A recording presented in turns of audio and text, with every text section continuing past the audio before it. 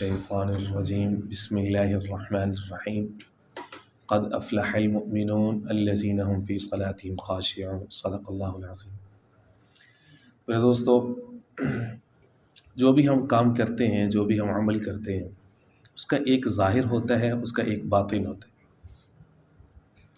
نماز ہے ہم ادا کرتے ہیں، اس کی ایک ہے ظاہری کیفیت، آئے کھڑے ہوئے، آدھا جھکے، پورا جھکے، زمین پہ ماتھا رکھا، جو یاد تھا بچپن سے سیکھا ہوا تھا پڑھ کر کے چلے گئے کہ رمضان مبارک ہے اور تو نماز پڑھ لیتے ہیں روزے کی حالت میں۔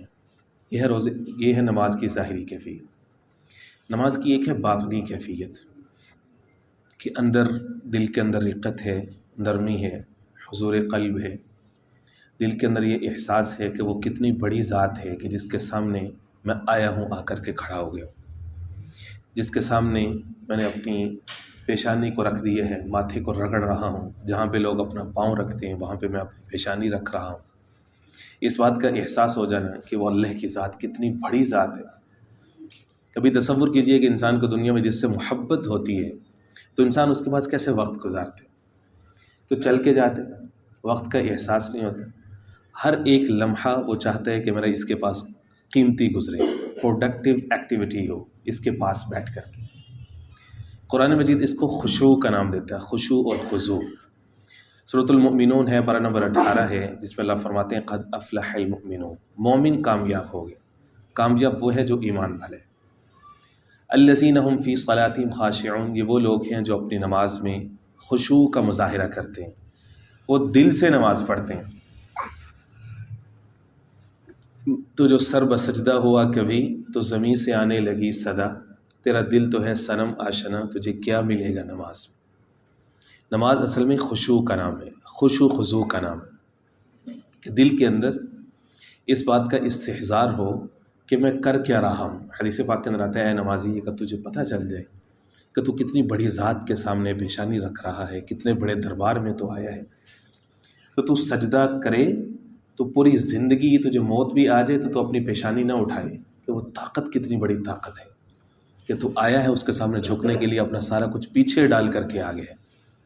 تو نماز اصل میں خشوع خضوع کا نام، پوری تسلی، توجہ، دھیان، حضور قلب کے ساتھ اچھے طریقے سے اپنی جو نماز کی قرات ہے پہلے تو اس کو سیکھنے کی کوشش کیجیے۔ سورۃ الفاتحہ ہے اور چند ایک چھوٹی صورتیں، وہ اچھے طریقے سے کسی اچھے قاری صاحب سے خدا را اس کو پڑھنے کی ترتیب بنائیں۔ دنیا میں ہمیں ان چیزوں سے ہوتا ہوا نظر نہیں آتا، اس لیے ہم اس کے اوپر توجہ نہیں دیتے۔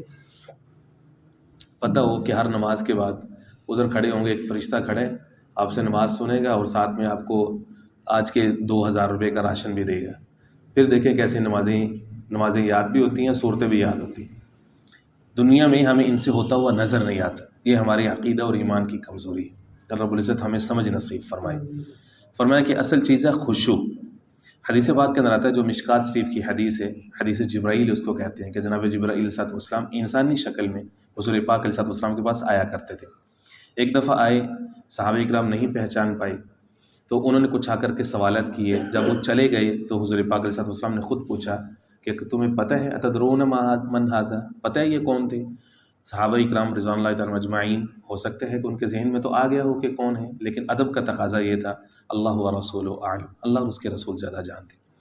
فرمایا ھذا جبرائیل، یہ جبرائیل تھے، اتاکم یعلمکم دینکم، تمہیں تمہارا دین سکھانے آئے تھے۔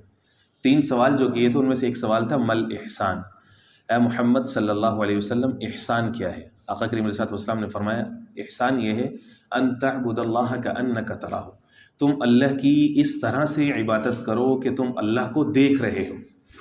فإن لم تکن تراہ فإنہ یراک، اگر تم یہ تصور نہیں کر سکتے فإنہ یراک، کم از کم اتنا سوچ لو کہ وہ تو تمہیں دیکھ رہا ہے کہ وہ کتنی بڑی ذات ہے۔ جب تم اس کے سامنے سجدہ کرو گے تو کم از کم 3 دفعہ تسبیحات تو کہنا تمہارے لیے آسان ہوگا۔